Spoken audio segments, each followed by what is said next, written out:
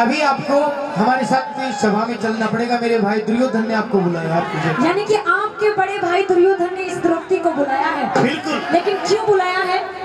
ऐसा है हाँ। कि आज से आप हमारे हो जी। आज से आप पांडवों के नहीं हो। अच्छा, यानी कि आज से मैं तुम्हारी और तुम्हारे भाई की हुई। हाँ जी बिल्कुल। वो कैसे?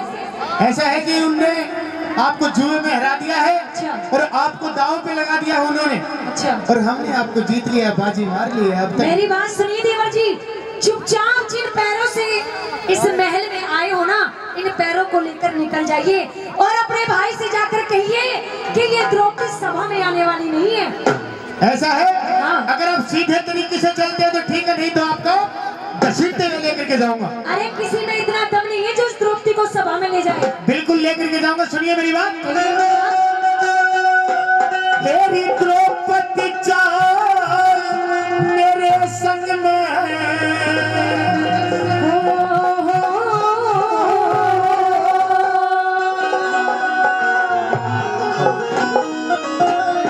तेरी द्रौपदी चाल अच्छा मेरे संग में वो अंधे का अंधा याद करे। तो मेरी बात सुनिए, मैं सभा में जाने लायक ना मेरी क्यों इज्जत बर्बाद करे। मेरी द्रौपदी चाल मेरे संग में नहीं जाऊंगी। वो अंधे का अंधा याद करे। तो सुनिए मेरी बात, मैं सभा में जाने लायक ना मेरी जो इज्जत बर्बाद करे। सभा में जाने लायक ना मेरी जो इज्जत बर्बाद करे।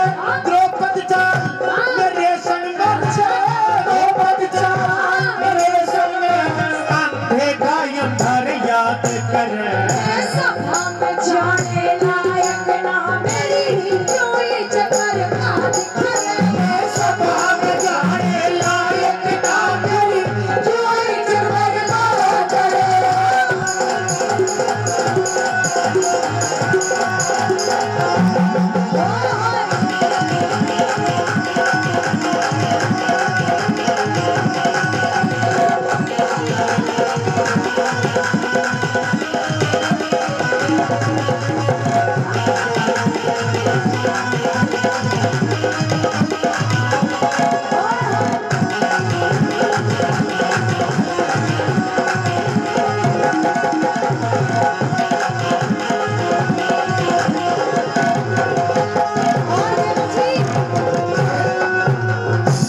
कि मैं सभा में जाने लायक ना मेरी क्यों इज्जत बर्बाद करे। ऐसा कि आपको पता है कि इज्जत और बेइज्जती क्या होती है? हाँ मुझे पता है। अगर आपको इज्जत और बेइज्जती का पता होता हाँ। तो आप अपने जेठ को, उस दुर्योधन को, मेरे बड़े भाई को अंधे का बेटा अंधा नहीं कहते। लेकिन देवर जी, मैंने उस दिन अपने जेठ जी को जो अंधे का अंधा कहा था वो ऐसे नहीं कहा था।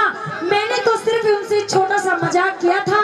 मुझे नहीं पता था कि जेठ जी उस बात का इतना बुरा मान जाएंगे। बिल्कुल बुरा मानेंगे जी, और हम कितना बुरा माने हैं ये भी आपको बता देंगे जी। पहले मेरी बात सुनिए कि ज्यादा गर्म खाने से मुंह जल जाया करता है, इसलिए देवर जी ठंडा करके खाना चाहिए। बहुत दिन हो गए जी इंतजार करते करते, 3 महीने निकल गए पूरे। अब हम खा करके रहेंगे क्या?